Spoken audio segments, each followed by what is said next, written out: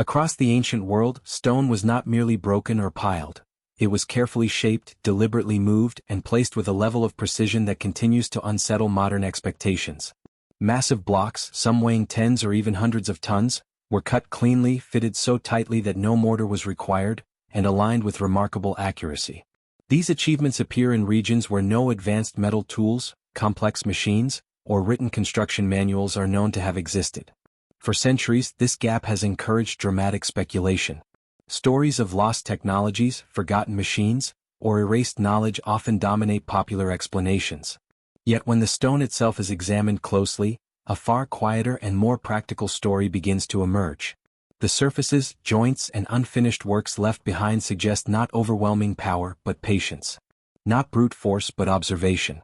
Ancient builders appear to have worked with stone rather than against it, allowing time, gravity, abrasion, and careful attention to do most of the work. In this approach, progress was slow, deliberate, and controlled. By setting aside modern assumptions and focusing directly on the physical evidence, quarries, tool marks, fractures, and failures, it becomes possible to reconstruct methods that relied more on persistence than machinery. Long before written instructions or standardized tools, stone was already being shaped with intention. Across distant continents and cultures separated by thousands of years, the same pattern repeats. Hard stone was worked cleanly. Joints were narrow and precise.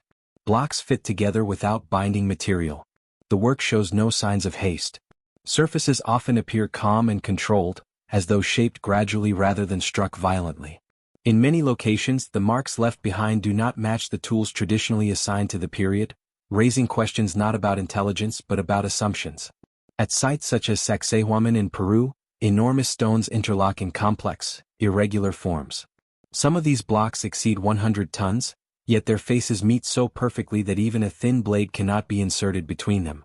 The stones are not uniform rectangles. They curve, angle, and twist, yet still lock together seamlessly.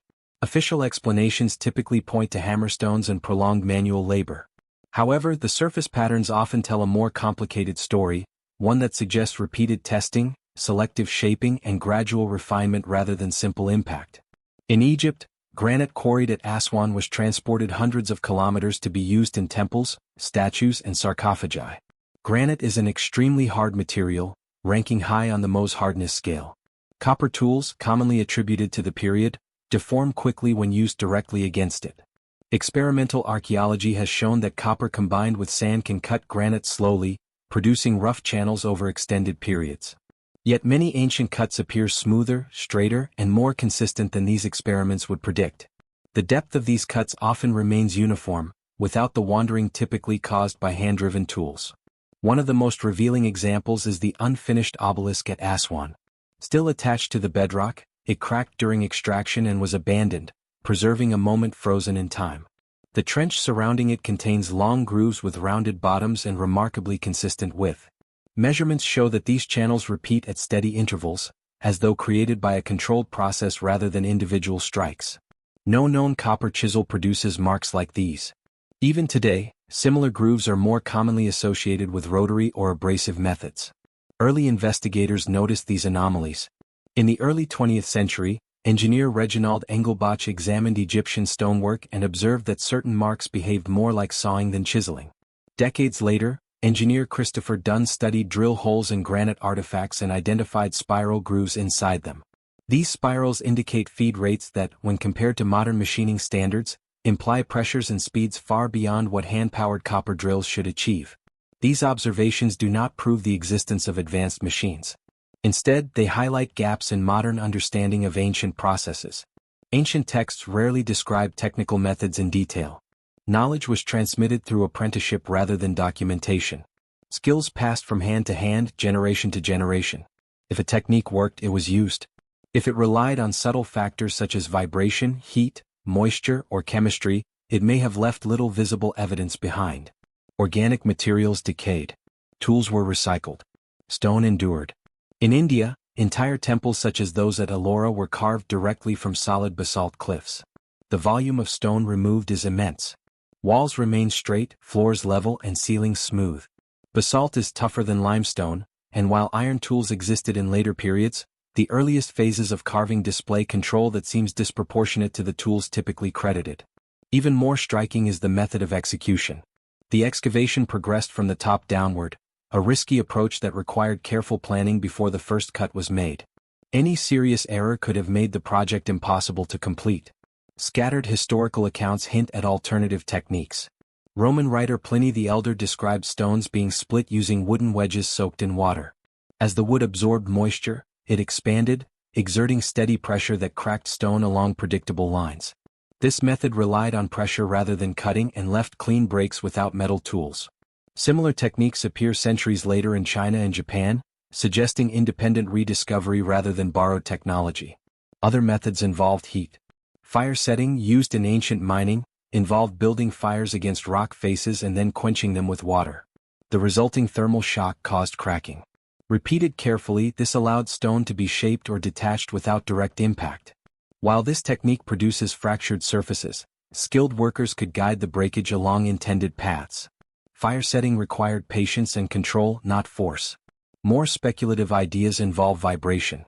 Modern experiments show that high-frequency vibration can reduce friction and assist in cutting hard materials. Ultrasonic tools achieve this today, but there is no evidence that ancient cultures possessed such devices. However, resonance was clearly understood in other contexts. Musical instruments, ritual chambers, and acoustically sensitive architecture suggest an awareness of sound behavior. Whether such knowledge was ever applied to stoneworking remains uncertain, but the possibility cannot be dismissed outright. Legends persist as well. In the 18th century, French explorer Charles-Marie de la Condamine recorded Inca stories describing stones that softened when treated with plant extracts. Similar accounts appear in Amazonian oral traditions. No verified substance capable of softening granite has been identified, though some plants produce acids that can etch limestone over time. These stories may be symbolic, or they may preserve distorted memories of techniques now lost. Stone transportation presents an additional challenge. Moving massive blocks across uneven terrain without wheels or iron machinery required careful planning. Common explanations involve sledges, rollers, and large labor forces.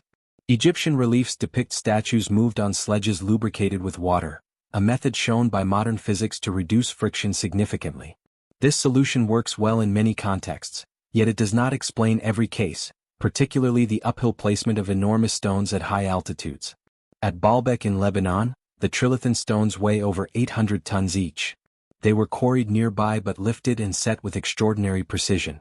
Roman cranes and pulleys existed, yet calculations suggest their lifting capacity fell short of such weights.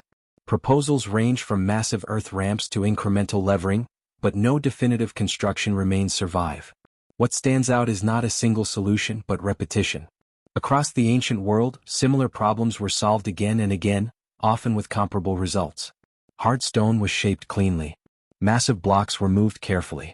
Tight joints were achieved without mortar.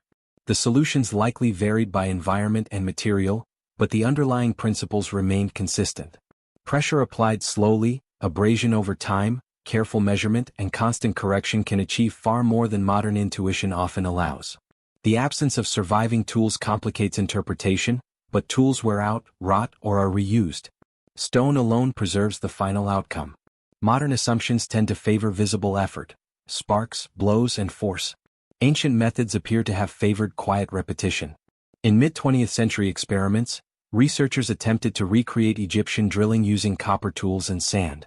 The methods worked but slowly with extreme tool wear. Yet ancient artifacts suggest faster progress, leaving an unresolved gap between experimental replication and archaeological evidence. The question then is not whether ancient people were capable. It is whether their methods matched modern expectations of technology. Technological progress does not always move in a straight line. Skills can disappear. Techniques can be lost when they are no longer practiced or written down. Stone records pressure and motion faithfully, but it does not explain itself. Its surfaces carry clues, not answers. Across time, stone remains silent, shaped by hands whose methods are no longer present. Each mark is an invitation to observe rather than assume. The work of understanding continues as measurements improve, scans reveal internal structures, and experiments revisit old claims. The answers remain incomplete. Stone waits, unchanged, holding evidence of a process that once relied not on machines but on patience. The quiet precision seen in ancient stone surfaces is matched only by the remarkable consistency with which builders maintained accurate measurements across vast areas. Stone structures scattered across the world carry a shared signature of careful alignment, balanced geometry, and refined spatial awareness. Walls meet at dependable right angles, floors stretch flat over long distances, and gigantic blocks rest with such accuracy that even centuries of environmental wear fail to disrupt their stability. These feats appear long before the invention of standardized measurement instruments or written architectural manuals, suggesting that ancient builders relied on fundamental principles understood so thoroughly that they became second nature. At the Giza Plateau, the base of the Great Pyramid demonstrates a mastery of leveling that continues to challenge modern observers. The variation in height across the base is astonishingly small, deviating less than a couple of centimeters over lengths exceeding 200 meters. Its sides align with the cardinal direction so precisely that the error margin falls within arc minutes, an accuracy rivaling modern surveying tools. No magnetic compasses existed at the time. No surviving metal squares large enough to produce such alignment have ever been found. Yet the results speak clearly. Builders understood the environment well enough to convert simple physical principles into reliable reference systems. These methods need not have been elaborate. A plumb line suspended from string creates a vertical reference as accurate today as it was thousands of years ago. A tightly stretched cord defines straightness with surprising reliability. A trench filled with water becomes a perfect level, revealing even slight deviations across long surfaces. These techniques are simple, but their effective use requires discipline. Errors accumulate quickly, especially in large structures.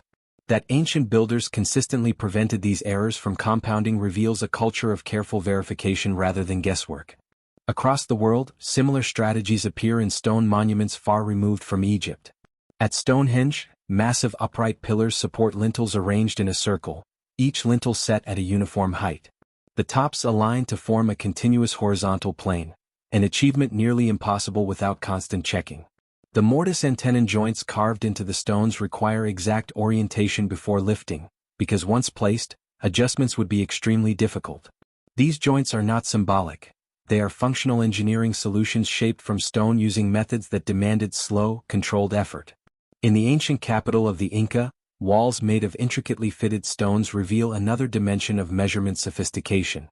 Each block contains multiple angles and faces, customized to interlock with its neighbors. The outer surfaces appear irregular, but the hidden contact faces are precisely shaped. The stones were repeatedly tested against one another, marked, removed, and refined until the fit became exact. Even without a recorded measuring system, the consistency suggests that builders relied on internal reference points, physical templates, or proportion-based methods passed down through practice. Egyptian reliefs depict rope stretchers, specialists who measured land using cords knotted at regular intervals. A rope divided into 12 equal segments could form a perfect right angle using the simple 3:4:5 ratio. This method requires no written geometry, no drawn diagrams, and no advanced mathematics. It demands only precision in tying knots and consistency in use. Such systems could be reproduced by apprentices who learned visually and physically rather than through reading. Leveling large floors, as seen in temples with expansive courtyards, required more than proportional measurement. Slight slopes guided water toward drains, yet the floors remained almost perfectly flat across long distances. Builders likely used water-filled channels, sight lines drawn along taut ropes, or simple surveying frames made of wood. The tools have not survived because they were made from perishable materials. The stone alone remains to reveal the sophistication of the processes. Some ancient cities show deliberate orientation to celestial events. At Teotihuacan in central Mexico, the entire urban grid follows a specific angular deviation from true north that repeats across numerous structures. This consistency suggests a single initial reference, perhaps astronomical, established at the city's founding and faithfully preserved through generations. The accuracy is not accidental. It reflects a worldview in which alignment and symbolism shape the built environment. Measurement also emerges through the absence of visible planning tools. The lack of standard rulers or squares in the archaeological record has sometimes been interpreted as evidence of primitive construction practices. Yet, the structures themselves contradict this assumption. The accuracy of joints, the uniformity of courses, and the coherence of entire complexes reveal an approach rooted in practical, embodied knowledge rather than written theory. In many cultures, measurement became instinctive. Experienced builders developed an internal sense of distance and proportion. The human body served as a reliable and portable reference system. Arm spans, hand widths, steps, and sight lines created a consistent internal metric. When skills were taught through imitation and repetition, entire communities developed similar spatial intuition. Over time, this produced uniform results even without written guidelines. Errors did occur, but the archaeological record shows that ancient builders corrected them early. At quarries, stones displaying misaligned cuts or internal flaws were abandoned rather than transported. This selection process acted as a final filter, ensuring that only suitable blocks reached construction sites. Mistakes caught early did not propagate through the structure, contributing to the stability that allowed these monuments to survive for centuries. In mountain terraces such as those of Machu Picchu, measurement adapted to terrain. Walls curve gently with the contours of the land, while individual terraces remain level to support agriculture. This dynamic balance between landscape and structure reveals a flexible approach to precision. Builders did not impose strict geometry on the mountain, they harmonized geometry with environment. Measurement became a dialogue between stone and slope. The quietness of these methods contrasts sharply with modern expectations. There are no triumphant inscriptions praising surveyors, no surviving manuals documenting procedures step by step. Precision was expected, not celebrated. It was a means to stability, not a dramatic display of technological prowess. The stone itself carried the evidence. Any tool that decayed, any rope that frayed, or any wooden frame that fell apart still left its influence etched in the surviving geometry. As technologies and cultures evolved, measurement practices changed. Limestone invited different methods than basalt. Granite demanded slower, more deliberate shaping. Builders adapted continuously, refining their techniques to suit local materials. Across regions, the underlying principle remained the same: reference before removal, verification before placement. The result was architecture that endured because it was measured into existence with care rather than forced into place. Modern instruments validate these ancient achievements. Laser scans reveal astonishing flatness. Digital models confirm alignments that span kilometers. These tools do not outshine ancient builders. They merely acknowledge the accuracy those builders achieved through far simpler means. The stone stands as proof that precision requires not advanced machinery, but sustained attention, consistency, and a deep understanding of material behavior. Accuracy in ancient stone structures was not a mysterious byproduct of forgotten sciences. It was the result of ordinary principles applied with extraordinary patience. And in this patience, ancient builders found a way to make stone obey not through dominance, but through understanding. Moving massive stones across long distances was a challenge that ancient builders confronted repeatedly, yet their strategies reveal an understanding of balance, friction, and control that often surpasses modern assumptions. The movement of these stones was not a test of brute strength but a deliberate process of guiding weight rather than fighting it. Ancient practices emphasized slow, measured motion, revealing an approach grounded in patience and physics rather than haste or mechanical force. One of the most illuminating sources for understanding these methods comes from Egyptian reliefs. In one well-known depiction, a team of workers pulls a colossal statue on a sledge while a single individual pours water ahead of the runners. For years, scholars debated whether the liquid represented a symbolic gesture or a true practical step. Modern experiments have since resolved the question. Moist sand stiffens under pressure, reducing the formation of ridges that would otherwise hinder movement.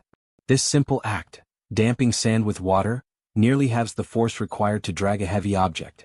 The method required no advanced theory, only careful observation. Once discovered, it could be applied repeatedly wherever sand and water were available. Yet not all paths consisted of smooth sand. Many blocks crossed rocky terrain, steep inclines, or uneven ground. Contrary to modern imagination, rollers made from logs were not the universal solution they are often assumed to be. On slopes, rollers can shift unexpectedly, increasing danger and decreasing control. Many ancient builders appear to have preferred sliding over rolling, keeping stones in direct contact with the ground to maintain predictability. Sliding reduces the risk of sudden movement and distributes weight more evenly. The simplicity of this method made it reliable across a variety of environments. The initial shaping of stones at the quarry played a critical role in transport. Excess material was often removed before movement began, reducing the overall weight.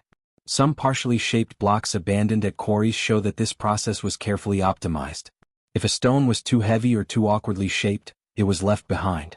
This reveals not failure but practical decision-making. Transportation methods had limits, and exceeding them risked damage or unnecessary labor. Leverage became an invaluable tool. A long wooden beam positioned under a block could raise it incrementally. Each lift created space for wedges to be inserted beneath. Repeating this process allowed workers to elevate stones without ever fully suspending them. This method left little trace in the archaeological record because the tools, primarily wood and smaller stones, decomposed or disappeared over time. Yet the behavior of stones positioned with great control suggests that such techniques were widespread.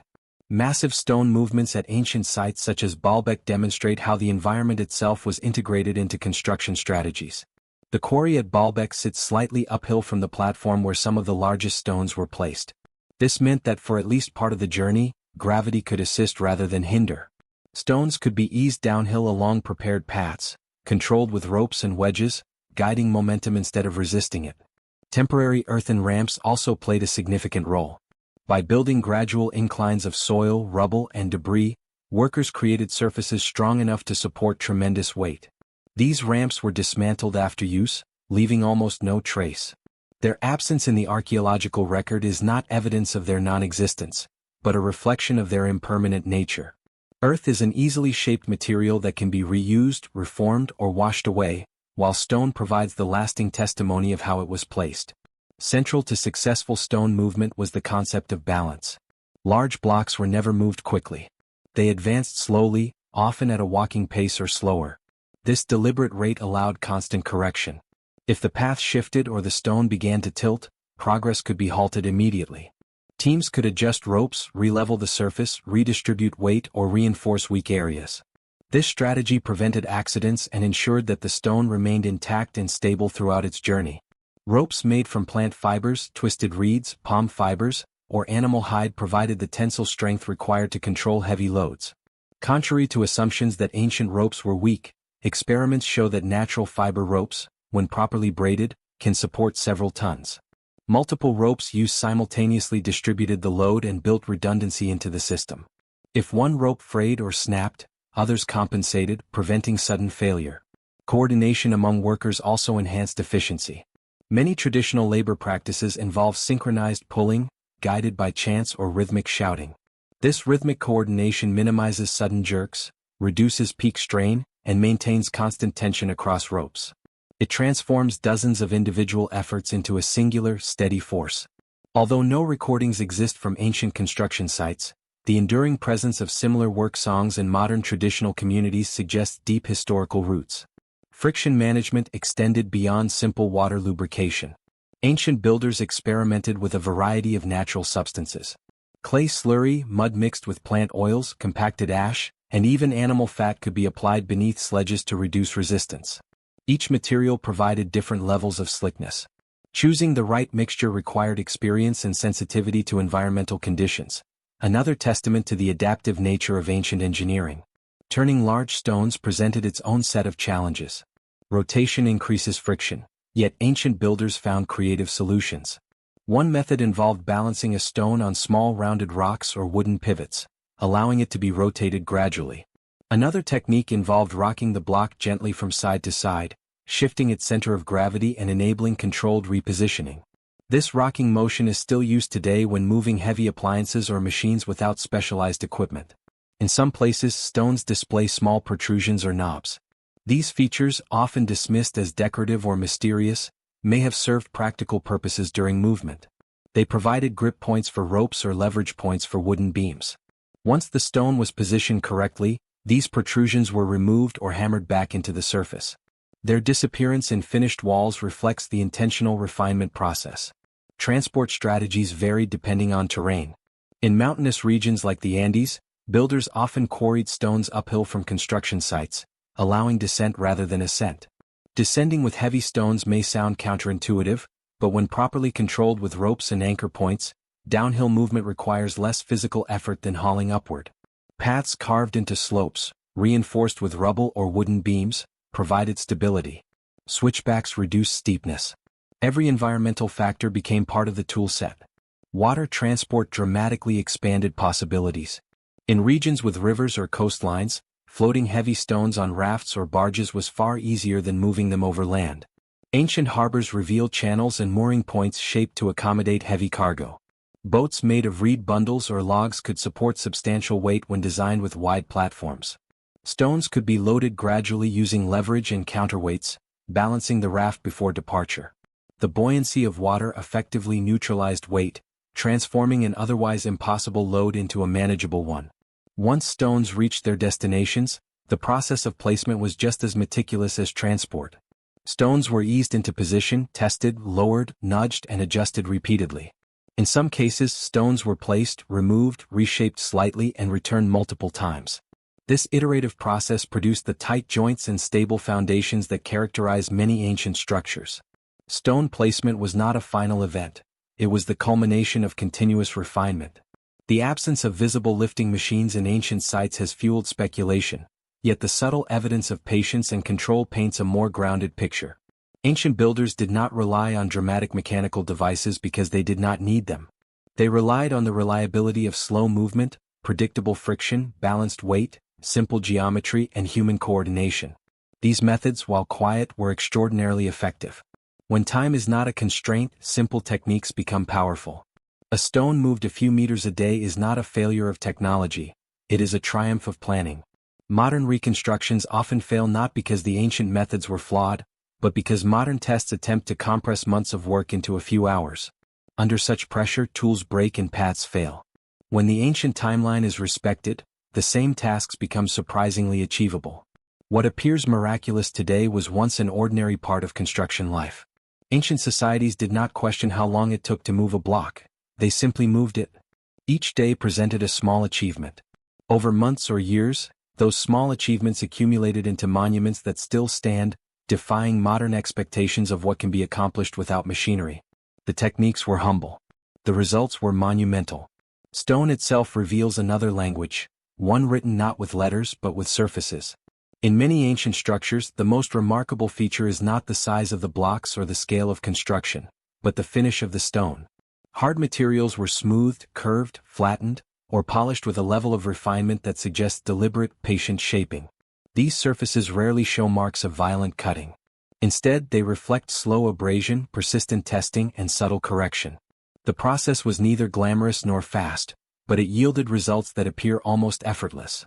Abrasion rests on a principle simpler than any metal tool. Harder particles can gradually remove softer ones. Sand, crushed quartz, powdered stone, and grit act as cutting media when rubbed between surfaces. When applied consistently and with sufficient pressure, they wear down stone evenly. This method leaves few distinct marks. Over time, irregularities disappear, forming flat or gently curved surfaces. Ancient builders understood this process intimately, not through abstract theory but through direct observation. In regions such as Egypt, where quartz-rich desert sands were abundant, abrasion became a natural and efficient solution. Copper tools alone could not cut granite effectively, but copper combined with sand created a composite technique. The soft metal acted as a guiding frame, while the sand did the true cutting. This explains why certain grooves in Egyptian granite artifacts appear smooth, rounded, and consistent rather than sharp and jagged. The channels show the signature of controlled abrasion rather than the impact scars of chisels. Polishing elevated abrasion to an art form. Once a surface was shaped, progressively finer particles were introduced. Coarse sand was replaced with powdered stone, then finer grains, then even smaller mineral dust. With each stage, scratches diminished until they merged into a glossy sheen. Some Egyptian statues made of diorite, an extremely hard stone, exhibit reflections so clean that they resemble mirror-like surfaces. Achieving such smoothness required hundreds of hours of repetitive movement. It was an investment of time that speaks to cultural priorities rooted in durability and visual clarity. In the Andean world, finely fitted stones show selective smoothing. Builders focused their efforts where precision mattered most, the hidden contact surfaces. These surfaces often reveal a level of refinement that exceeds the visible outer faces. The exterior might retain natural textures or light dressing while the interior faces are meticulously shaped.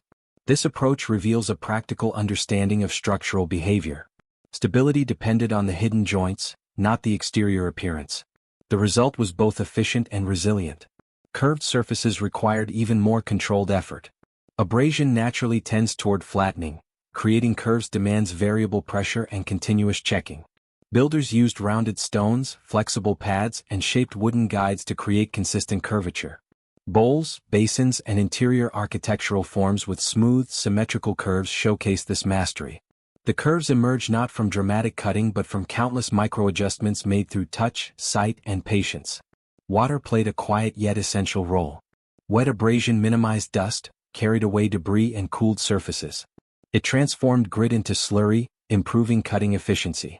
Experimental archaeology confirms that granite and basalt respond predictably to sustained abrasive action when water is used. The rate of material removal is slow, yet steady, exactly the pattern reflected in ancient stone surfaces. The absence of obvious tool marks is not evidence of advanced machinery. It is the natural outcome of methods designed to erase their own traces. A chisel strikes sharply, leaving visible scars.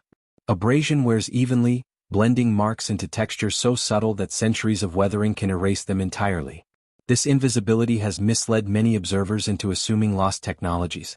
In reality, the method survives today in lapidary work, glass polishing, and finishing metal surfaces. The difference lies only in scale and time commitment. Drilling also made use of abrasion.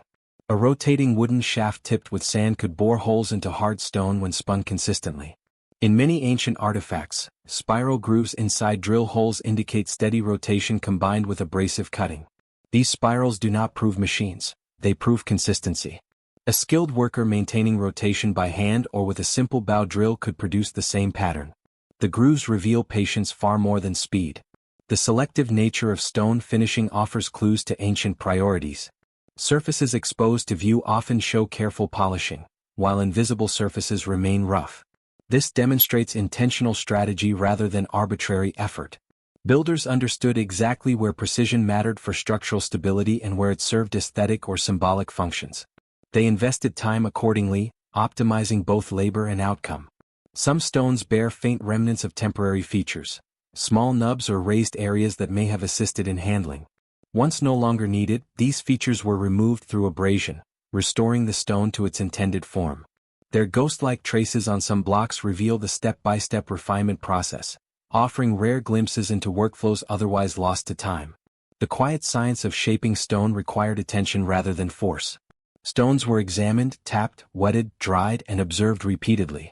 Builders listened to tonal differences, watched how water behaved on surfaces, and felt with their fingertips for subtle inconsistencies. Such sensory feedback replaced measuring devices. Precision arose gradually through correction rather than calculation. The aesthetic of ancient stonework reflects this philosophy. Edges are gentle rather than razor-sharp. Surfaces flow rather than fracture. The visual calmness of the finish suggests not speed but mindfulness. Modern observers often equate precision with mechanical aggression. Fast cuts, loud tools, sparks. Ancient precision came from silence, repetition, and intention. What appears mysterious today once represented the ordinary rhythm of a practiced craft. The tools used in ancient stoneworking were often perishable. Wood, leather, fiber, and simple abrasive mixtures formed the backbone of shaping techniques. Because these materials decayed, the archaeological record appears incomplete. But the stone remembers everything. Its surfaces preserve the results even when the tools vanish. What remains is the testimony of patience. Ancient builders understood that stone responded slowly, and they adapted their methods accordingly. Instead of demanding immediate progress, they shaped stone through processes that unfolded naturally over time. This approach required emotional endurance as much as physical skill. The builders cultivated a relationship with the material, responding to its behavior rather than imposing their will through force. Such quiet knowledge was rarely written down. It was transmitted through hands, gestures, apprenticeship, and shared labor. It persisted as long as communities practiced it. When social structures changed or priorities shifted, the knowledge faded, not from sudden disappearance but from gradual neglect. The loss was not technological, it was cultural. The stone, however, survives as evidence. It reveals a world where time was abundant, where patience was a tool, and where understanding nature was the foundation of engineering. The surfaces speak of a science that was practical, observational, and deeply human. Across the ancient world, the silence left by vanished methods often speaks louder than surviving tools. Stone monuments that endure today offer clear evidence of extraordinary craftsmanship, yet nearly all technical knowledge behind them has dissolved across time. Unlike written laws or royal inscriptions, Practical techniques were rarely carved into stone. They lived instead in gestures, habits, and routines. When those routines vanished, they left behind structures far more durable than the skills used to create them. This absence creates an illusion that ancient people worked with mysterious tools or secret capabilities. In truth, what disappeared was not technology, it was memory. For countless generations, knowledge was transmitted directly from master builders to apprentices. A child observing a skilled mason learned not through books but through presence, watching the placement of hands, listening to the rhythm of taps, feeling how tools vibrated against stone. These small, nearly invisible details cannot survive in archaeological records. They are not artifacts, they are behaviors. As long as societies remained stable, these behaviors passed forward with little alteration. But when wars, migrations, political upheavals, or cultural shifts disrupted communities, the transmission thinned. The skills became uneven. Precision declined quietly, leaving later builders surrounded by monumental works they could no longer replicate. Written language, where it existed, focused on priests, rulers, and trade, not on the craft of shaping stone. Technical vocabulary was limited because stonework itself relied more on intuition than on formal description. Builders did not need specialized terms for every technique, they needed experience. This is why many ancient languages describe outcomes rather than steps. A stone was set true, made straight, or prepared, with little explanation of how. The knowledge lived in hands rather than in words. Archaeological sites reveal this pattern with striking clarity. Earlier phases of construction often display remarkable precision, while later repairs show noticeable decline. Joints widen, cuts grow less controlled, and stones become smaller or roughly shaped. The shift does not reflect a loss of intelligence or population. It reflects a loss of continuity.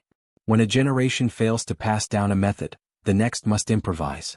Over time, improvised solutions become the new norm, and the original technique fades into silence. In many cultures, stoneworking lineages were hereditary. Families specialized in quarrying, shaping, or fitting stone. Their reputation and identity were tied to their craft. This created both resilience and fragility. Skills remained consistent for centuries but could disappear rapidly if a lineage ended or lost patronage. Later societies sometimes inherited the structures but not the knowledge. They admired the monuments yet could not repeat their construction with the same confidence. Ritual and craft often blended. In some regions, shaping stone held symbolic or sacred meaning, and those who possessed the knowledge guarded it closely. This secrecy preserved elite status but also restricted how widely techniques spread. If a small group held the methods and that group dissolved, the knowledge vanished with them. Myths and legends sometimes preserved distorted echoes of lost practices, stories of stones that softened, floated, or responded to sound. These tales reflect, or rather than instruction, the memory of an ability long gone. The difference between ancient and modern technical philosophy plays an important role in this fading. Modern builders rely on standardized measurements and written instructions, allowing techniques to survive independent of individual skill. Ancient systems depended on personal mastery. A well-trained mason could produce astonishing accuracy because the knowledge was embodied, felt in muscle memory, rhythm, and observation. But such knowledge is fragile. When the social structure supporting it collapses, no manual remains to recover it. Errors reveal as much as successes. Quarries filled with abandoned stones show attempts that cracked in the wrong direction or revealed hidden flaws. Ancient builders learned from these moments, adjusting techniques over generations. This learning process is invisible in final monuments but essential for understanding how mastery evolved. When the chain of apprenticeship broke, later builders lost not only the method but the lessons that shaped it. The decline of precise stonework in many civilizations aligns with practical changes. As new materials, brick, mortar, concrete, metals, grew dominant, the need for extreme precision in stone fitting diminished. When mortar could fill gaps, craftsmen no longer needed perfect joints. When concrete could be poured, large monoliths became unnecessary. Over time, the older methods became not lost but irrelevant. Without daily practice, the skills slowly dissolved.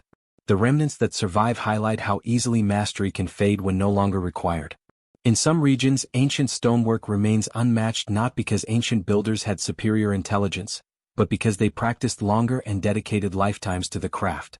Precision was the result of patience, repetition, and cultural continuity. Once the world changed, that continuity dissolved. What appears impossible today is simply unfamiliar, not miraculous. Even modern attempts to replicate ancient methods struggle not because the techniques are beyond reach, but because modern craftsmen lack the years of embodied training ancient builders possessed. Skilled observation, subtle adjustments, and sensory feedback cannot be recreated in short experiments. Accuracy that once arose naturally now requires conscious effort, and even then, the results rarely match the quiet confidence of original works. Understanding this loss requires humility. The stones that endure today are not signs of superhuman ability. They are signs of human persistence. They represent the cumulative labor of communities that shaped stone day after day, year after year. The disappearance of those skills is not a mystery, it is a reminder that knowledge survives only when practiced, and even the most impressive techniques can fade when no longer needed. The silence in ancient stone is not evidence of forgotten machines. It is evidence of forgotten people. Their hands carried knowledge that outlived them only through the monuments they left behind. The stones do not explain the methods. They simply stand as the final lines of a story whose middle chapters were never written down. Over time, the disappearance of ancient techniques created a curious divide. The material evidence remained absolutely real, while the reasons behind its quality slipped into speculation. Scholars attempted to explain the precision through the tools available, but the surviving tools often represented only a fraction of what once existed. A world built on perishable technology tends to leave behind the wrong kinds of artifacts. What endures are the stones, the finished product, not the wooden frames, woven ropes, shaped abrasives, binding fibers, or temporary supports that once made construction possible. This uneven preservation distorts interpretation. Imagine a future civilization discovering only our skyscrapers but none of the cranes, scaffolds, or engineered components that built them. They might reach the incorrect conclusion that the buildings were assembled with tools far more advanced than the ruins suggest. Ancient structures fall into the same paradox. We see the outcome without seeing the tools that made it feasible. Wood was among the most valuable and heavily used materials in past engineering. It formed levers, sledges, scaffolding, surveying frames, pulleys, rollers, and supports. But wood decays, especially in humid climates. Even in deserts, wooden items are rare unless intentionally preserved. The absence of wooden tools in archaeological sites does not imply their absence in ancient life. It only reflects the natural bias of preservation. Stone survives. Wood returns to dust. Rope was equally essential. Ancient societies mastered rope-making techniques using reeds, fibers, palm leaves, twisted grasses, and animal sinews. These ropes controlled the movement of colossal blocks, stabilized scaffolds, and anchored leverage systems. Yet rope decomposes rapidly unless fossilized through exceptional preservation conditions. The techniques of rope making were widespread but are almost invisible archaeologically. Their absence in museums does not represent a technological gap, it represents organic decay. Temporary construction features also leave little trace. Earthen ramps, wooden frames, platforms, and lifting stages were dismantled as soon as a structure was completed. The soil was reused. The wood was repurposed for houses, fires, or new projects. Nothing permanent remained. The final monument, standing clean and precise, gives the false impression that it rose effortlessly without such supports. Even stone tools leave misleading records. Hammerstones used for shaping stone do survive, but they often appear crude or primitive. This leads to a misunderstanding. People assume that crude tools could not produce refined work. But hammerstones were not the primary finishing tools, they were only the roughing instruments. The true refinement came from long periods of abrasion, repeated testing, and incremental adjustments. None of which leave distinctive marks or require sophisticated metal tools. A single hammerstone could initiate a process that ended with surfaces resembling polished glass. Another complicating factor arises from misinterpretation. Archaeologists often classify artifacts based on modern analogies. A stone with a rounded end may be labeled a pestle when it could have been a smoothing tool. A hollowed stone basin may be assumed to be domestic rather than related to polishing slurry or abrasive mixtures.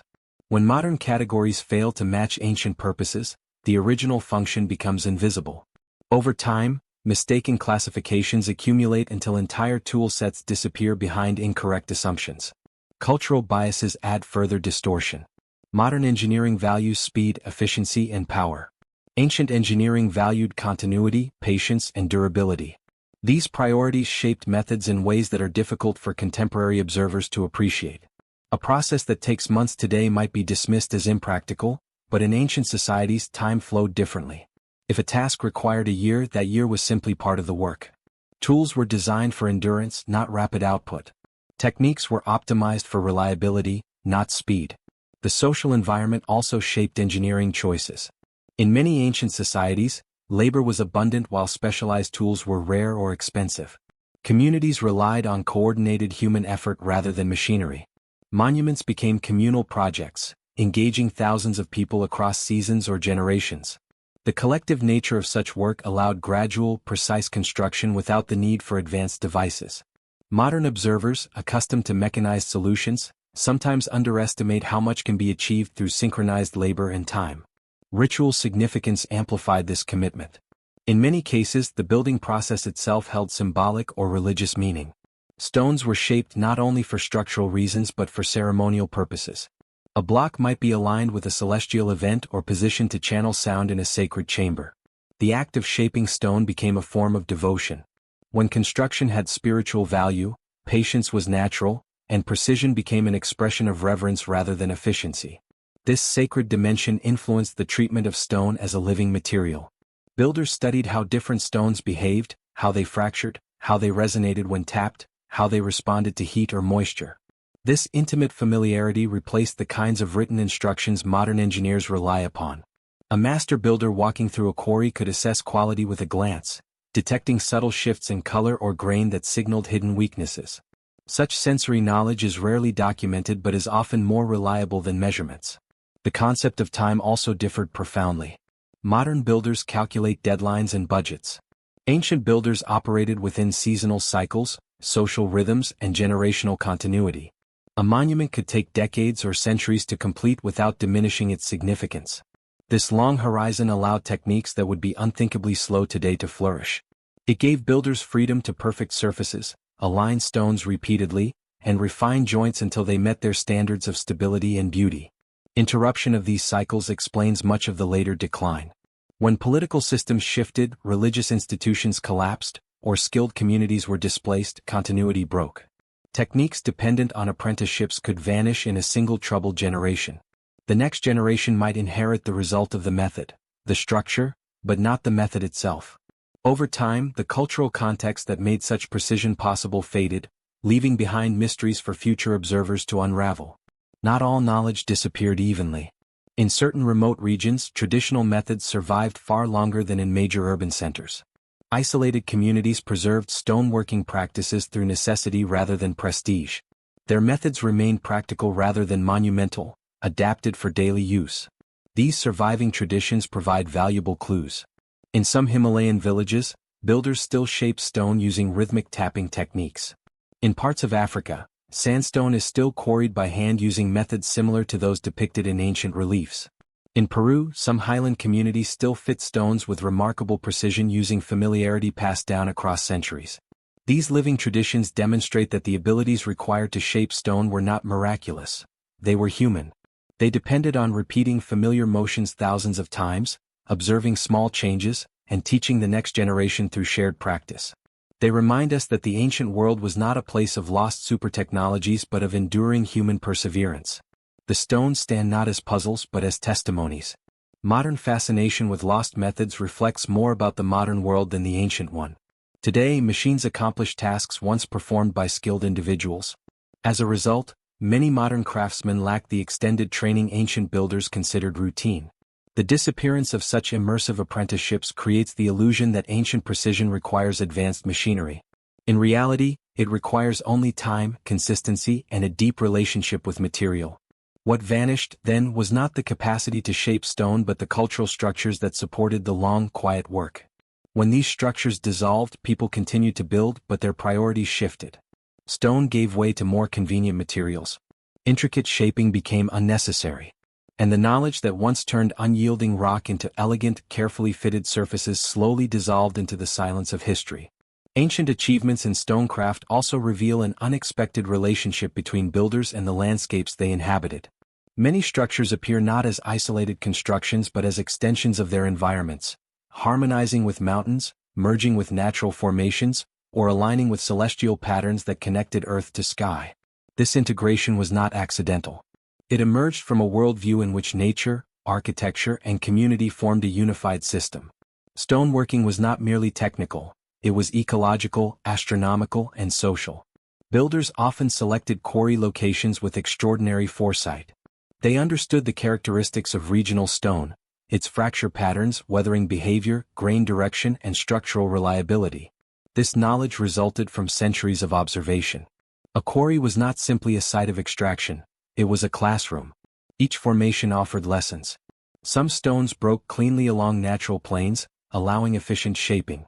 Others held unpredictable internal stresses that made them unsuitable for large monoliths. Ancient masons learned to identify these features before cutting began, preventing catastrophic failures later. Stone variety influenced architectural style. Limestone allowed crisp carving and detailed ornamentation. Basalt offered durability but resisted fine detail. Granite provided strength and permanence, ideal for monumental statues and sacred chambers. Sandstone, softer and easier to work, became the foundation of structures requiring expansive coverage.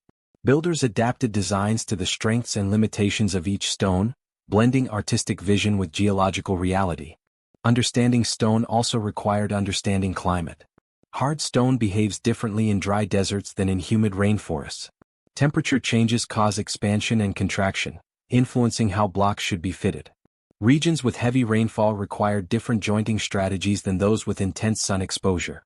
Ancient engineers accounted for these environmental pressures, designing joints that allowed slight movement without compromising stability. In many ancient cities, the landscape dictated the arrangement of structures. Temples perched on natural ridges, terraces cascaded down mountain slopes, and structures oriented toward distant peaks or horizons where celestial events unfolded. These alignments were not merely symbolic, they were navigational aids, agricultural indicators, and ceremonial focal points. The rising sun during solstices, the appearance of specific constellations, and the shifting shadows of mountains all shaped architectural intent. Shadows themselves became tools. At certain sites, carefully placed stones cast specific shadows during significant dates, marking seasonal transitions. These shadow markers aided agricultural planning, religious festivals, and ceremonial observances. They functioned as calendars carved in stone. No advanced instruments were needed, only consistent observation and the stability of the landscape. Water too shaped architecture. Many ancient cities integrated sophisticated water management systems that combined practical necessity with symbolic meaning. Channels carved into stone directed water through urban centers, while reservoirs collected seasonal rainfall. Engineers observed how water flowed across natural slopes, how it eroded stone, and how it could be slowed or guided. They built structures that harmonized with these natural tendencies rather than fighting them. In some regions, stone basins and gutters reveal an understanding of hydraulic behavior that predates formal hydraulic science by centuries. In desert environments, water management took opposite forms. Instead of channeling abundance, builders sought to preserve scarcity. Deep stone-lined wells, shaded storage chambers, and underground cisterns kept water cool and protected from evaporation. These structures were engineered with precision, relying on geological surveys of underground water veins. The stonework served both as a practical resource and a communal safeguard, ensuring survival in harsh landscapes. Astronomical alignment elevated these environmental relationships into grand designs. Monuments oriented with extraordinary precision toward celestial points demonstrate an understanding of astronomy developed through long-term observation. Without telescopes, ancient people tracked stars, planets, and seasonal cycles using nothing more than the human eye and consistent reference points. Over years, they noticed patterns: how the sun rose at slightly different points along the horizon, how the moon followed an 18.6-year cycle, how particular stars marked seasonal transitions. These observations informed architecture. Certain structures captured sunlight at exact moments, illuminating inner chambers on specific days. This interplay of shadow and illumination was engineered through precise stone placement. Whether marking solstices, equinoxes, or ceremonial anniversaries, these moments reinforced the connection between community, cosmos, and stone. Such alignments required patience, not complex machinery. Builders watched the horizon for years before finalizing a layout. Once understood, the angle of alignment became part of the structure's foundation. Future generations, inheriting the buildings without fully inheriting the methods, regarded these alignments as miraculous. But they were simply the result of generations who lived intimately with nature's cycles. In many sites, the landscape itself served as an astronomical calendar. Mountain peaks framed sunrise paths, Standing stones acted as reference markers. Long corridors channeled sunlight deep into temple interiors. These achievements represent a holistic understanding of the world, one where environment, stonecraft, and celestial movement formed a coherent system. This integrated worldview extended to the social dimension of construction. Building in stone was never an isolated craft. It involved quarry workers, transport teams, masons, polishers, surveyors, laborers, ritual leaders, and community members. Each played a role shaped by tradition. Construction became a unifying force, bringing together people across social, economic, and spiritual lines. Community participation created emotional investment. People built structures not only for utility but for identity. A monument became a shared accomplishment, a symbol of collective endurance. This sense of ownership explains the extraordinary effort poured into projects that might span lifetimes. A builder could work on a structure knowing they might never see its completion, yet the continuity of the tradition guaranteed its future. This generational approach fostered consistency. Methods remained stable because they were embedded in culture. The rhythm of building echoed the rhythm of life, seasonal cycles, rituals, agricultural routines. When a society collapsed or changed dramatically, these rhythms broke. The structures remained, but the living knowledge that created them faded. The disappearance of stoneworking traditions becomes clearer when viewed through this cultural lens. Knowledge was not lost suddenly, it eroded as the social and environmental context that sustained it weakened. When no new apprentices joined, skills dimmed. When religious traditions changed, ceremonial alignment lost importance. When new materials emerged, old techniques became less relevant. When political power shifted, large-scale projects ceased. What remained were stones, silent, enduring, and puzzling to those who inherited them without the keys to their creation. Yet even in the absence of direct continuity, the stones still instruct. Their geometry speaks of precision, their surfaces speak of patience, and their placement speaks of deep environmental understanding. They remind us that engineering arises not only from tools but from perspectives, ways of seeing the world that value time, stability, and harmony with nature. Modern perspectives often obscure these ancient approaches. Technological efficiency leads to the assumption that any large structure must have required equivalently advanced tools. But ancient societies had different solutions rooted in long-term engagement with materials and environment. Their achievements did not require advanced technology, they required immersion, continuity, and accumulated human experience. In this light, ancient stone structures become less mysterious and more profoundly human. They reveal not lost technologies but lost relationships, between people, materials, and the world around them. The magnitude of these achievements lies not in the difficulty of executing the work, but in the dedication required to maintain the traditions that made them possible. What survived is the final form. What vanished is the long journey that shaped it. The stone stands, immovable and enduring, while the people who breathed life into it have long since returned to dust. Yet by reading its surfaces, tracing its alignments, and understanding its environmental harmony, we can glimpse the worldview that guided their hands. The stone becomes a silent mentor, offering fragments of ancient wisdom to any who study it deeply enough. And in those fragments, one discovers not lost machines but lost patience, not forgotten technologies but forgotten ways of seeing, a reminder that humanity's greatest tools have always been time, observation, and the quiet persistence of generations working in harmony. Stone also reveals how ancient societies perceived permanence.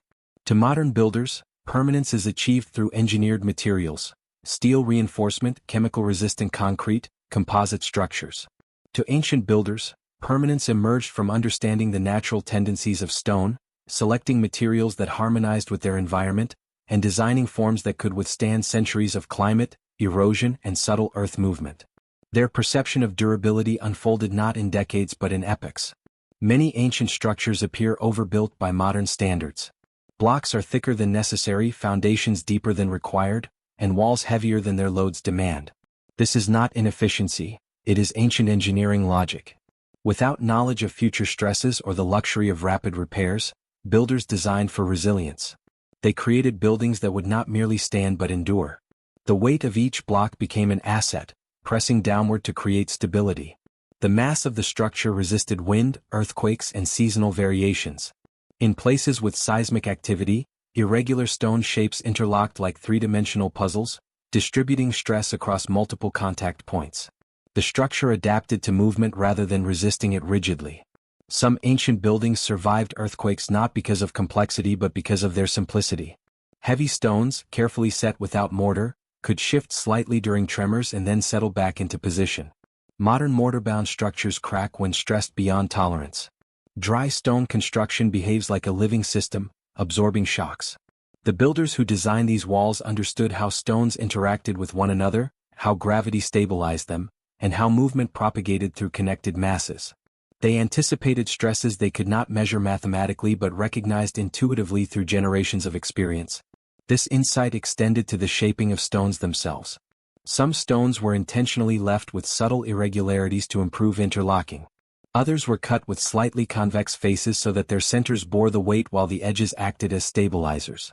These nuanced adjustments were informed by prolonged observation, a sense for how stone behaved under pressure that modern engineers sometimes overlook because they rely on calculations rather than tactile experience. Foundations reflect even deeper knowledge. Builders chose stable ground, avoiding areas prone to liquefaction or seasonal flooding.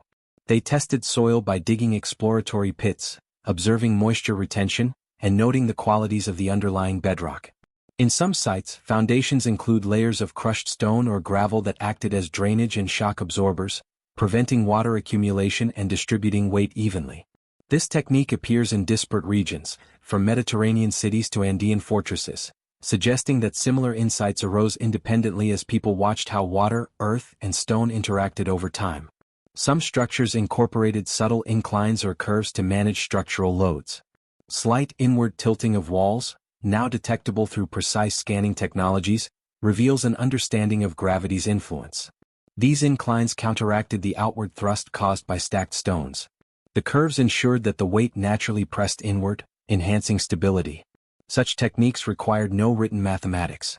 They relied on iterative refinement, observing slight deformations, adjusting courses of stone, and perfecting the geometry through practice.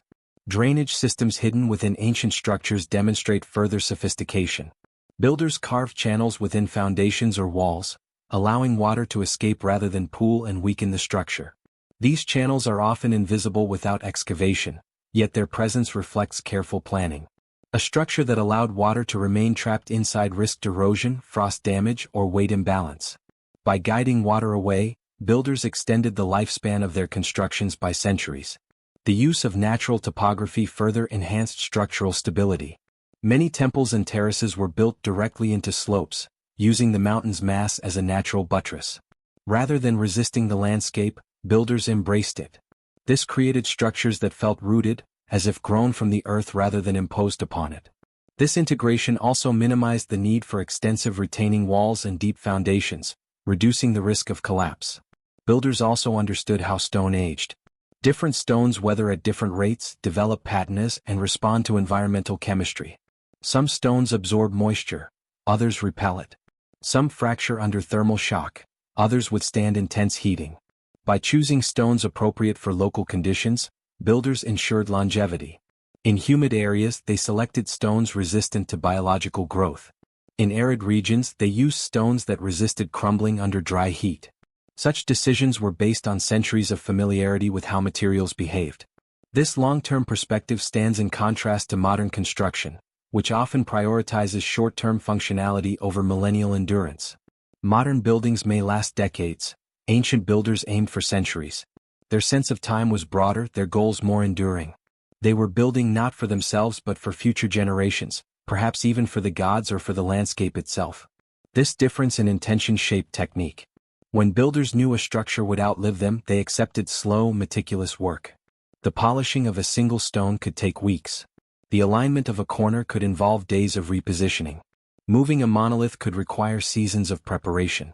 Yet this patience was not a hindrance, it was the method. The monument was both a physical achievement and a cultural expression of perseverance. The interplay between permanence and change also informed the placement of structures. Some monuments were intentionally aligned with celestial events that shifted gradually over time due to precession or subtle variations in Earth's motion. Builders recognized these changes and sometimes adjusted their alignments accordingly. Structures became not only markers of cosmic cycles but participants in them. Stone and sky engaged in dialogue, each reflecting the other across generations. This cosmic dimension was mirrored in acoustic behavior. In certain temples, chambers were shaped to resonate at specific frequencies, amplifying chants or ritual instruments. These acoustic effects resulted from careful attention to volume, curvature, and material. Builders noticed how sound traveled within caves, canyons, or natural hollows, then replicated these properties in stone architecture. Such acoustic precision served ceremonial purposes, enhancing the sensory experience of rituals. It transformed stone into a medium for sound, blending engineering with spirituality. Airflow formed another hidden dimension of ancient design. Ventilation shafts in some structures reveal careful consideration of internal climate. Air moved through narrow corridors or upward through labyrinth-like passages. Cooling chambers or preventing moisture buildup. Even without thermodynamics as a formal science, builders observed how air behaved and manipulated it to their advantage. Subtle differences in temperature, pressure, and wind direction became tools in the architectural palette. Taken together, these elements, alignment, acoustics, airflow, drainage, foundation design, material selection, environmental integration, have shaped ancient monuments into systems rather than structures. They were engineered ecosystems, balancing the forces of nature to create lasting stability. This holistic approach is not a lost technology but a lost mindset. Modern building often isolates mechanical, environmental, and structural systems. Ancient building blended them seamlessly. Understanding these monuments requires embracing that mindset. Instead of asking what machines built them, one must ask what processes shaped them, what relationships sustained them, and what worldview guided them. Their creation was not an anomaly but the product of accumulated human experience enriched by patience and observation. What appears miraculous becomes understandable. What seems impossible becomes profoundly human. The stones stand not as riddles but as reflections of societies that saw time as abundant, nature as a partner, and knowledge as something lived rather than written. They remind us that the greatest achievements arise not from extraordinary tools but from ordinary tools used extraordinarily well. As these ancient structures are examined more closely, another pattern emerges, one that challenges modern ideas about innovation and progress. Ancient builders did not chase novelty for its own sake. Instead, they refined what worked. Techniques were improved incrementally, polished through repetition rather than replaced through disruption. This evolutionary approach allowed methods to become deeply optimized within their environments. Once a reliable process was established, it was repeated with care, adjusted subtly to local conditions, and preserved through tradition rather than documentation. This explains why similar architectural principles appear across cultures that never interacted directly. The logic of stone responds consistently to gravity, pressure, and time. Builders observing these forces independently arrived at comparable solutions. When stone must bear weight, it demands balance. When it resists cutting, it yields to abrasion. When it shifts under stress, it benefits from interlocking geometry. These truths are not inventions. They are discoveries made repeatedly by societies attentive to material behavior. Modern observers often search for singular breakthroughs. One tool, one secret, one lost machine that explains everything. Ancient construction reveals the opposite. There was no single missing key. Instead, there was a network of small, reliable practices working together. Quarry selection, surface preparation, transport logistics, placement strategy, and finishing techniques formed an integrated system. Remove any one element and the structure weakens. Maintain all of them patiently, and monumental precision becomes achievable without spectacle. This systems-based thinking is visible in how ancient builders treated failure. A cracked stone was not patched and forced into place, it was abandoned. A misaligned course was dismantled and reset. Progress did not continue blindly. Each stage was verified before moving forward. This discipline prevented minor errors from becoming structural weaknesses. The archaeological record is filled with discarded blocks and unfinished attempts, not signs of incompetence but evidence of quality control. Time itself functioned as a construction tool. Stone responds slowly and ancient builders allowed it to do so. Newly quarried stone often retains moisture and internal stress. Allowing it to rest before final shaping reduced the risk of later cracking. Some blocks were left exposed for months or years before being installed, letting natural weathering reveal hidden flaws. This patience is invisible in finished monuments but essential to their longevity. The relationship between builders and stone was not adversarial. Stone was not conquered, it was negotiated with. Builders listened for changes in tone when stone was tapped, watched how fractures propagated, felt resistance through their tools. This sensory feedback guided decisions more effectively than abstract measurements. Over time, builders developed an intuitive literacy, a fluency in stone behavior that modern engineers reliant on instruments rarely cultivate. This literacy extended beyond individual craftsmen. Entire communities understood stone. Quarrying, shaping, and placement were communal efforts, shared knowledge embedded in culture. Children grew up surrounded by construction, absorbing techniques long before formal instruction began. By adulthood, many possessed a working familiarity with stone simply through exposure. Skill was not rare, mastery was cultivated collectively. Such widespread competence made large-scale projects feasible without centralized machinery. Tasks were divided, synchronized, and sustained over long periods. Each person contributed a small, manageable effort. Over time, these contributions accumulated into vast achievements. What modern observers interpret as superhuman effort was, in reality, the outcome of coordinated normal effort sustained across generations. This perspective also clarifies why ancient monuments often lack inscriptions crediting individual builders. The work was not viewed as personal achievement but as communal responsibility. The identity of the builder mattered less than the endurance of the structure. The stone itself became the record. It preserved the standard of workmanship long after names were forgotten. In some cultures, the act of building was inseparable from moral and social values. Precision reflected discipline. Alignment symbolized harmony. Durability represented continuity. A poorly built structure was not merely a technical failure, it was a cultural one. This ethical dimension reinforced high standards without requiring formal enforcement. Builders held themselves accountable to the expectations of their community and their ancestors. As these traditions matured, they became self-correcting. Ineffective methods faded because they failed visibly. Effective ones endured because they produced stable results. Knowledge did not need to be written to survive. It needed to work. This practical filter preserved reliability while allowing gradual refinement. The disappearance of these methods was therefore not sudden. It coincided with shifts in values, materials, and social organization. When speed replaced endurance as a priority, patience lost its function. When new materials reduced reliance on stone, stone literacy declined. When centralized authority replaced communal labor, embodied knowledge fragmented. What vanished was not ability but necessity. Yet even in decline, traces remain. Subtle techniques survive in unexpected places. In traditional masonry, dry stone walls and regional building practices passed quietly from one generation to the next. These remnants demonstrate continuity rather than rupture. They show that ancient stoneworking was not an isolated peak but part of a long human dialogue with material and environment. Understanding this dialogue requires reframing modern questions. Instead of asking how ancient builders achieved the impossible, one must ask how they organized time, labor, and attention. Their achievements were not the result of hidden technology but of visible commitment. They invested effort where it mattered most, accepted slowness as strength, and trusted processes proven through repetition. When viewed this way, ancient stone monuments cease to be mysteries. They become lessons. They demonstrate what humans can accomplish when knowledge is shared, patience is valued, and materials are respected. They reveal that sophistication does not always announce itself through complexity. Sometimes it appears as restraint. The stones endure because they were shaped by people who understood that permanence is not forced. It is cultivated.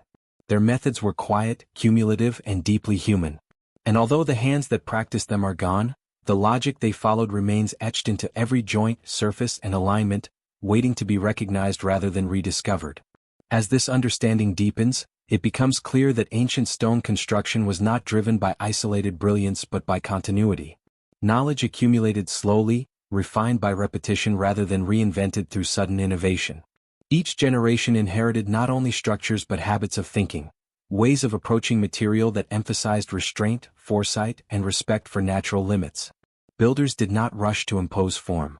They allowed form to emerge through interaction, adjusting their methods as stone revealed its tendencies. This continuity depended heavily on observation. Ancient builders were acute observers of cause and effect. They noticed how stone responded differently at various times of day, how temperature altered its behavior, how moisture affected friction, and how weight redistributed itself when balance shifted slightly. These observations were not recorded in diagrams or formulas. They were internalized through practice. Over years of repetition, builders developed predictive intuition, allowing them to anticipate outcomes without conscious calculation. Such intuition extended into structural design. Walls were not merely stacked, they were composed. The orientation of each stone considered the direction of stress it would bear. In regions prone to seismic activity, builders favored irregular shapes that interlocked in multiple directions, dissipating energy rather than concentrating it. In more stable environments, larger uniform blocks allowed faster assembly and cleaner lines. These decisions were context-driven, not standardized, reflecting adaptability rather than rigidity. This adaptability explains why ancient stonework resists simple categorization. There was no single universal method, no fixed blueprint applied everywhere. Instead, there were principles interpreted locally.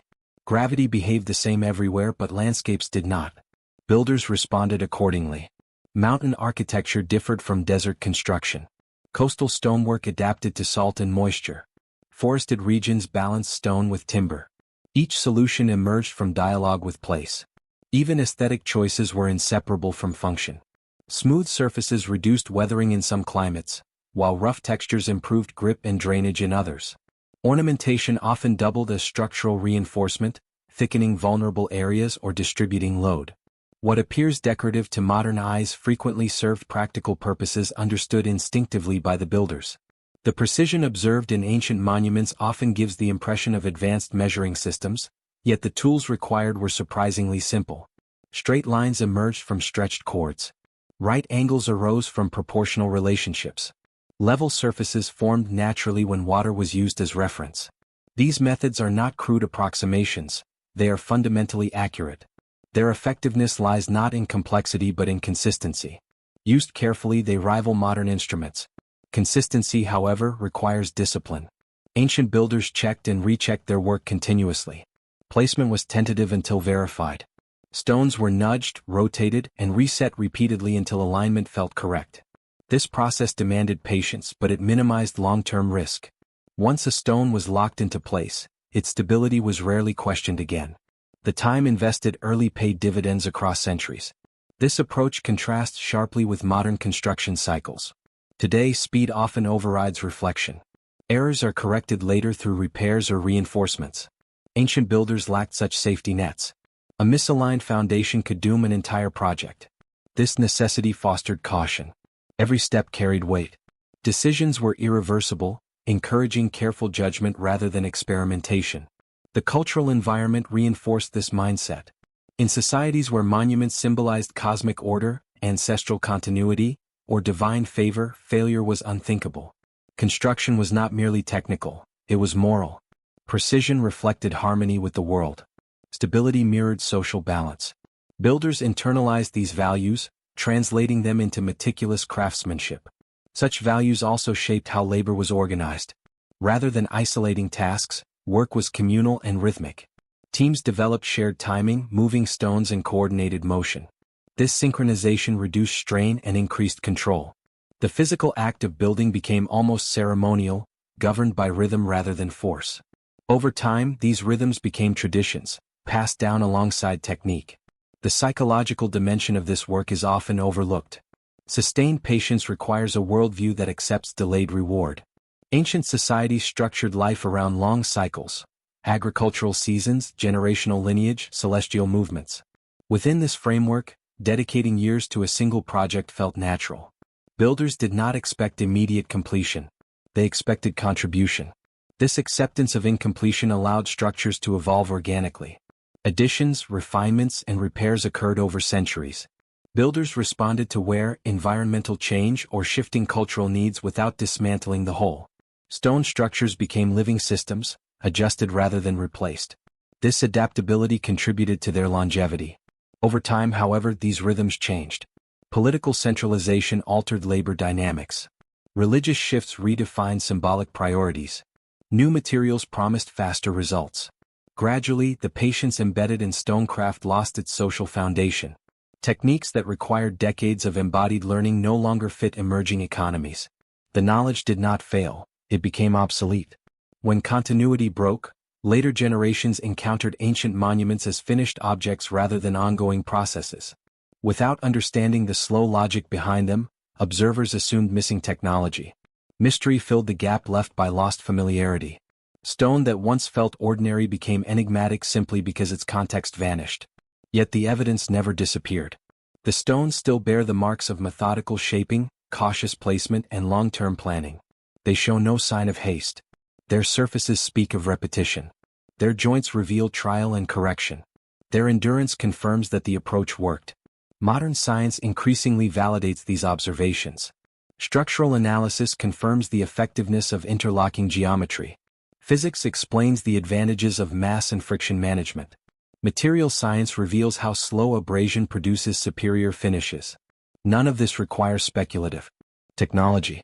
It requires acknowledging that ancient builders optimized for different variables. Where modern engineering prioritizes efficiency and scalability, ancient engineering prioritized resilience and permanence. These priorities led to different solutions, not inferior ones. The absence of machines did not limit achievement, it shaped it. Builders compensated with time, coordination, and attentiveness. In recognizing this, the narrative shifts. Ancient monuments no longer demand extraordinary explanations. They demand ordinary ones applied extraordinarily well. They reflect a mode of thinking that valued process over speed, understanding over dominance, and continuity over novelty. The true achievement of ancient stonework lies not in isolated feats but in sustained practice. It is the cumulative result of countless small decisions made carefully, consistently, and collectively. Each stone placed correctly reinforced the knowledge that the method worked. Over generations, that confidence solidified into tradition. When tradition faded, the stones remained. They outlived the social structures that created them. What we inherit today is the outcome without the context. To understand it, we must reconstruct not just tools but attitudes. The lesson embedded in stone is subtle but profound. Mastery does not require excess. It requires attention. It requires time. And it requires a willingness to work with nature rather than against it. These principles are not lost. They are simply unfamiliar. As long as the stones stand, they continue to teach. Not by revealing secrets, but by demonstrating what careful human effort can achieve when guided by patience, observation, and respect for material reality. This perspective invites a broader reconsideration of how knowledge itself was valued in ancient societies. Wisdom was not stored externally in manuals or schematics but carried internally, shaped by repetition and lived experience. A builder's education unfolded over years of exposure, not weeks of instruction. Mastery was not certified, it was recognized through competence. Those who understood stone were trusted because their work endured, not because they could explain it abstractly. This embodied knowledge created a subtle hierarchy of skill. The most experienced builders did not dominate through authority but guided through example. Their movements were economical, their decisions confident yet restrained. Younger workers learned by mirroring gestures, absorbing rhythms, and gradually internalizing judgment.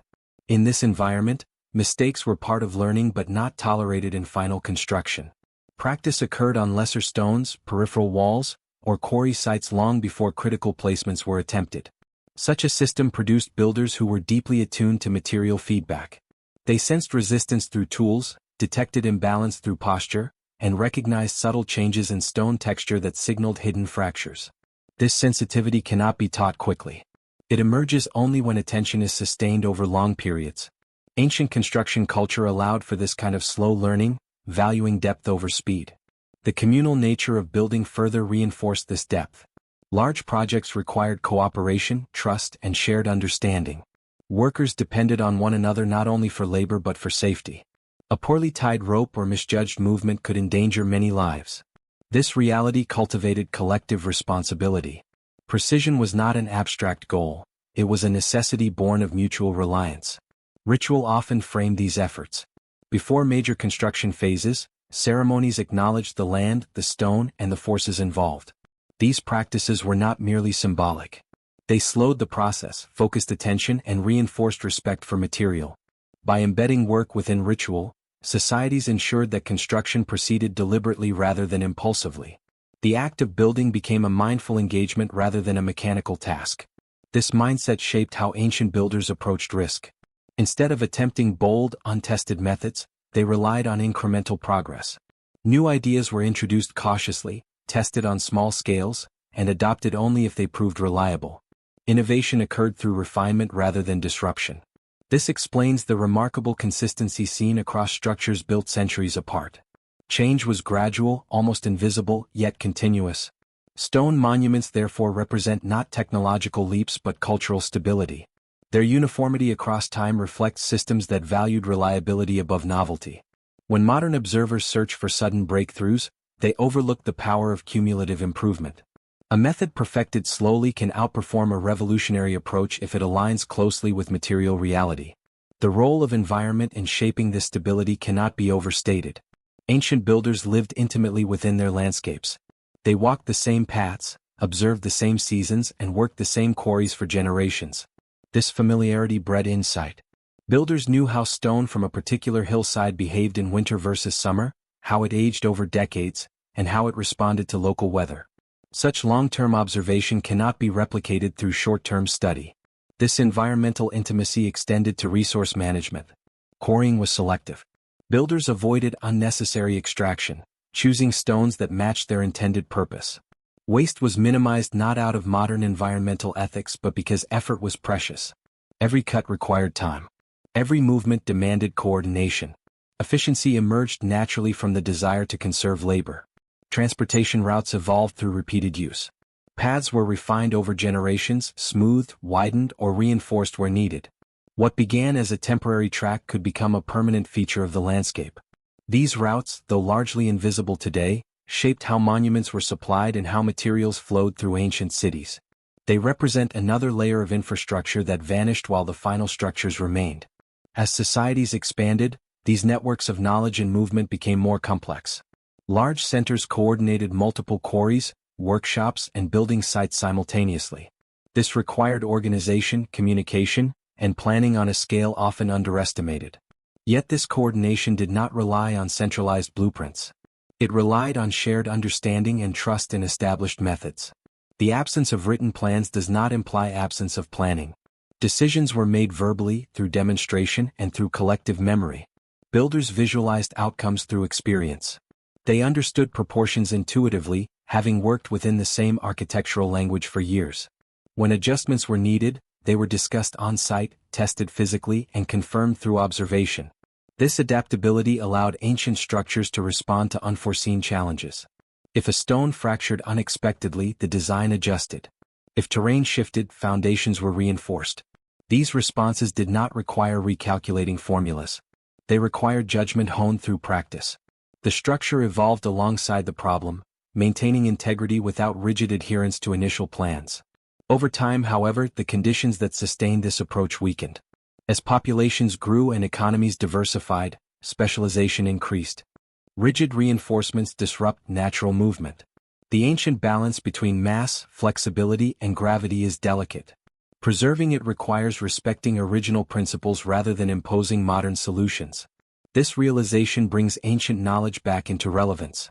Studying old stonework is not an exercise in nostalgia. It offers insights into sustainable building, long-term resilience, and material efficiency. In an era facing environmental limits, these lessons carry renewed significance. Ancient builders worked with what they had, optimized for longevity, and accepted slow progress. They produced structures that required minimal intervention once complete. Their success challenges modern assumptions about efficiency and innovation. Sometimes, doing less faster is not better than doing more carefully. The stones remain as silent evidence of this philosophy. They do not advertise their methods. They simply endure. Their endurance invites reflection on how human effort can be aligned with time rather than rushed against it. In the end, ancient stone monuments do not demand admiration for lost brilliance. They ask for recognition of sustained attention. They show what happens when knowledge is lived, shared, and respected across generations. Their lesson is not about the past alone, it is about choices that remain available. As long as stone stands, it continues to offer this quiet instruction, that patience, when practiced collectively and consistently, can shape the world more profoundly than speed ever could. In reflecting on all of this, the most striking realization is how quietly ancient stonecraft achieved its results. There were no dramatic breakthroughs announced, no sudden revolutions in method. Progress unfolded through consistency. Each generation refined what it inherited, not by questioning its value, but by understanding it more deeply. Stone monuments endure not because their builders possessed secret advantages, but because they aligned effort, environment, and intention over long spans of time. The endurance of these structures ultimately reframes the idea of technological superiority. Advancement is often imagined as acceleration, doing more in less time. Ancient builders pursued a different ideal. They accepted limits and worked within them. Instead of overpowering material, they collaborated with it. Instead of forcing speed, they allowed time to become an ally. The result was architecture that resisted not only weather and gravity, but cultural erasure. What remains today is not evidence of lost machines but of lost rhythms. The pace of ancient construction reflected a world structured around seasons, continuity, and shared labor. When those rhythms dissolved, the methods dissolved with them. The stones, however, retain the memory of that pace. They stand as reminders that human capability is not defined by tools alone, but by how patiently those tools are used. Seen through this lens, ancient stonework ceases to feel unreachable. It becomes instructive. It shows that complexity can emerge from simplicity when effort is sustained, and that precision can arise without force when attention is unwavering. These monuments are not anomalies. They are outcomes of values consistently applied. And yet, stone was only one expression of a broader human impulse, an impulse to understand, to order, and to leave something that could outlast a single lifetime. This same impulse shaped not only walls and temples but entire landscapes. Roads, cities, terraces, and ceremonial spaces reveal a similar logic of long-term thinking. Stone did not stand alone. It was part of a wider system of human organization. When attention shifts beyond individual blocks and joints, another layer of ancient achievement comes into view. Entire regions were reshaped through planning that extended far beyond a single structure. Cities were oriented, landscapes modified, and environments adapted to support growing populations. Stone became the anchor, but the vision extended outward, integrating movement, agriculture, water, and social life into coherent wholes. At this broader scale, ancient construction reveals itself less as an isolated craft and more as a philosophy of inhabiting space. Builders did not simply erect monuments, they organized experience. Pathways guided movement. Elevation structured hierarchy. Open spaces gathered communities. Architecture became a framework through which daily life unfolded. The precision seen in stone thus mirrored precision in planning. Settlements expanded deliberately, responding to geography rather than overwhelming it. Hills were terraced, valleys channeled, and natural features incorporated rather than erased. These decisions required foresight extending beyond immediate need. They reflect society's thinking in generations, not projects. This transition, from individual stone to entire landscape, reveals the full scale of ancient understanding. The same patience that shaped a single joint also shaped cities. The same observational skill that guided a cut also guided urban orientation. Stone was the medium, but the method was universal. To understand ancient achievement fully, one must therefore look not only at how stones were shaped, but at how human life was structured around them. In doing so, the narrative shifts again, from craftsmanship to civilization itself, and from isolated technique to collective vision. And it is within this broader vision that the next dimension of ancient ingenuity begins to emerge. The expansion from stonecraft to city building reveals the final and perhaps most important insight into ancient ingenuity. These societies were not merely constructing objects, they were shaping continuity. Their greatest achievement was not a monument, a wall, or a perfectly fitted stone, but the creation of systems capable of sustaining meaning, order, and identity across time. Stone became the physical expression of that ambition because it embodied permanence more faithfully than any other material available to them. Ancient cities were conceived as living frameworks rather than static designs. Streets guided movement deliberately, narrowing or widening to control flow. Open plazas created spaces for gathering, ritual, and exchange. Elevated platforms established visual and symbolic hierarchy. These choices were not arbitrary. They reflected careful thought about how people interacted with space, with one another, and with the forces of nature surrounding them. Architecture shaped behavior, reinforced values, and anchored collective memory. Water management alone reveals the depth of this planning. Aqueducts, canals, fountains, reservoirs, and drainage systems were integrated seamlessly into urban layouts. These systems were not hidden utilities but central features of daily life. Water followed predictable paths, guided by gravity and terrain. Builders learned to anticipate seasonal variation, redirect excess, and preserve scarcity. Cities thrived because their infrastructure respected natural flow rather than resisting it. Agricultural landscapes extended this logic beyond city walls. Terraces transformed steep slopes into productive land, reducing erosion while conserving moisture. Stone retaining walls stabilized soil and regulated temperature. Fields aligned with sunlight and wind patterns. These interventions required long-term commitment. A terrace built poorly could fail catastrophically. One built well could feed generations. Stone again served as the guarantor of endurance. Transportation networks tied everything together. Roads followed contours, avoided unnecessary gradients, and connected resources efficiently. In mountainous regions, switchbacks reduced strain. In plains, raised causeways prevented flooding. Bridges spanned rivers at points chosen carefully for stability. These networks were not imposed suddenly but evolved through use, refined over time until movement became efficient and predictable. Stone marked permanence along these routes, reinforcing continuity of travel and trade. At the heart of all this planning was a profound acceptance of time as a collaborator. Ancient societies did not expect instant results. They invested labor knowing benefits might be realized by descendants. This perspective shaped everything from foundation depth to city orientation. Structures were positioned not only for present convenience but for future relevance. This intergenerational mindset is perhaps the most difficult aspect for modern observers to grasp, because it runs counter to contemporary notions of progress. Religion and cosmology reinforce this outlook. Many structures aligned with celestial cycles that unfolded over years or decades.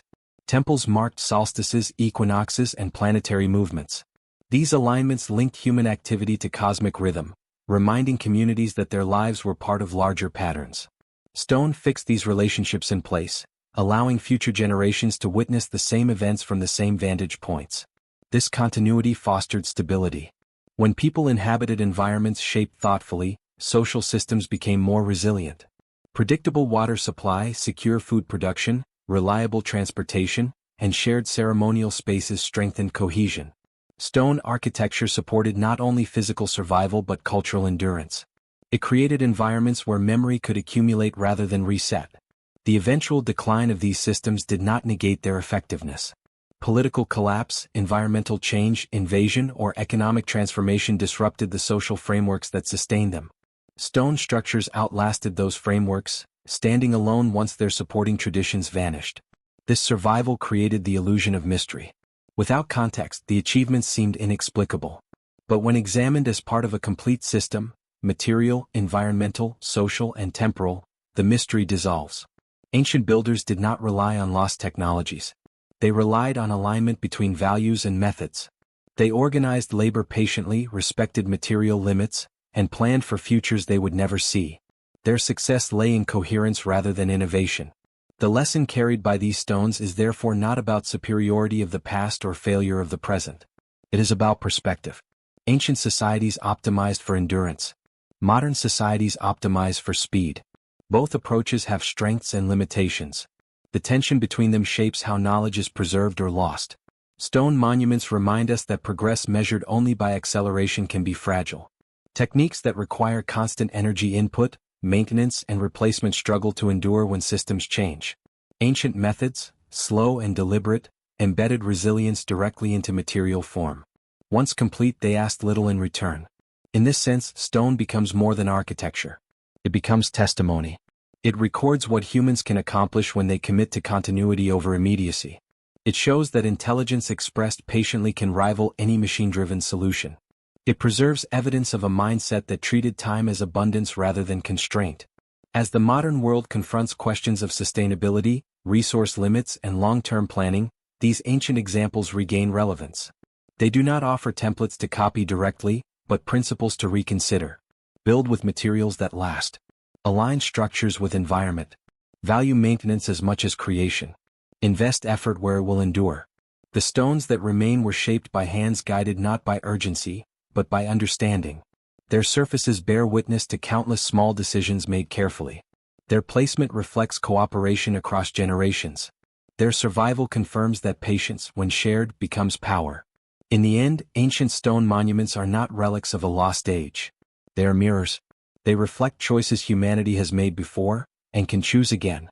They remind us that the most enduring achievements arise not from conquering nature, but from learning to work within it, patiently, collectively, and with a vision that extends far beyond a single lifetime.